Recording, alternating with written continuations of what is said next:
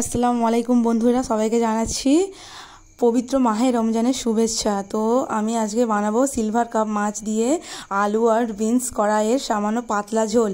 তো আমি এখানে মাছ নিয়ে নিয়েছি। আমি মাছে হলুদ গুঁড়ো, সামান্য লবণ, লঙ্কার গুঁড়ো আর সামান্য সর্ষের তেল নিয়ে মাখিয়ে নিয়েছি। তো আমি কড়াইয়ে একটু তেল দিয়ে মাছগুলি আমি লাল লাল করে উল্টে পাল্টে ভেজে নেব। তো দেখতে পাচ্ছেন আমি ভেজে নিচ্ছি। আমি এখানে 4 পিস মাছ নিয়েছি, আপনারা আপনাদের পরিমাণ মতো মাছ নিতে পারেন। আর আমি 4 পিস মাছ নিয়েছি, আমি এগুলো লাল লাল করে আমি ভেজে নিচ্ছি। ভেজে নিয়ে আমি রান্না করব। এই ঠান্ডা গরমের মধ্যে কিন্তু বেশি মশলাদার বা রিচ খাবার খেতে কারোরই ভালো লাগে না। তো আমারও সামান্য পাতলা ঝোলি খুব পছন্দ। তো আমি আজকে এই রেসিপিটা আপনাদের সঙ্গে শেয়ার করছি। তো আমি এখানে বিনস কড়াই আর আলু নিয়ে নিয়েছি। আমি কড়াইয়ে সামান্য তেল দিয়ে আমি পেঁয়াজ কুচি আর কাঁচা লঙ্কা কুচি নিয়ে আমি লাল লাল করে একটু ভেজে নেব। ভেজে নেওয়ার পরে দিয়ে দিলাম বিনস কড়াই দিয়ে একটু আঁশটে গন্ধ থাকে না, আমি একটু কষিয়ে নিচ্ছি। কষিয়ে নেওয়ার পরে আমি এখানে দিয়ে দেব সামান্য, আপনাদের পরিমাণ মতো দেবেন আপনারা, আমি আমার পরিমাণ মতো সামান্য জল দিয়ে আমি এখানে কষিয়ে নিচ্ছি। আমি এরপরে দিয়ে দেবো আলু আর বিনস কড়াই আমি একসাথে আরেকটু কষিয়ে নেব।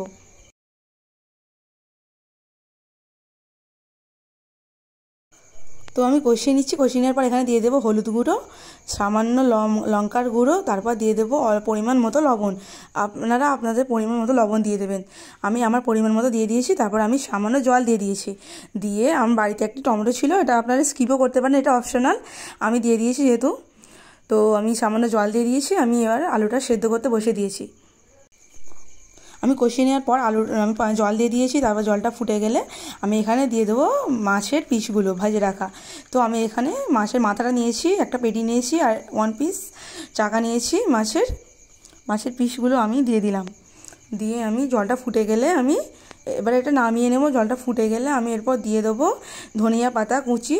আপনারা চাইলে এখানে কাঁচা লঙ্কা কুচি দিতে পারেন, আমি প্রথমেই দিয়েছিলাম তো আমি দিইনি, আপনারা এটাই স্কিপ করে গেছি। তো আমার দেখতেই পাচ্ছেন আমার সামান্য রেসিপিটি পাতলা ঝোল রেডি। তো আপনারা চাইলে এভাবে বানিয়ে খেতে পারেন, খুব মজা হবে। তো আমারও ভালো লেগেছিলো খুব। তো বন্ধুরা, আমার ভিডিও এখানে আমি শেষ করছি। ফিরে আসছি আবার পরে কোনো অন্য ভিডিও নিয়ে, রান্নার রেসিপি নিয়ে। তো সবাই ভালো থাকবেন আশা করছি। তো আসসালামু আলাইকুম। ফিরে আসছি পরের রেসিপি নিয়ে। মহিষ কিচেনে আপনাদের সবাইকে আবারও ওয়েলকাম জানালাম।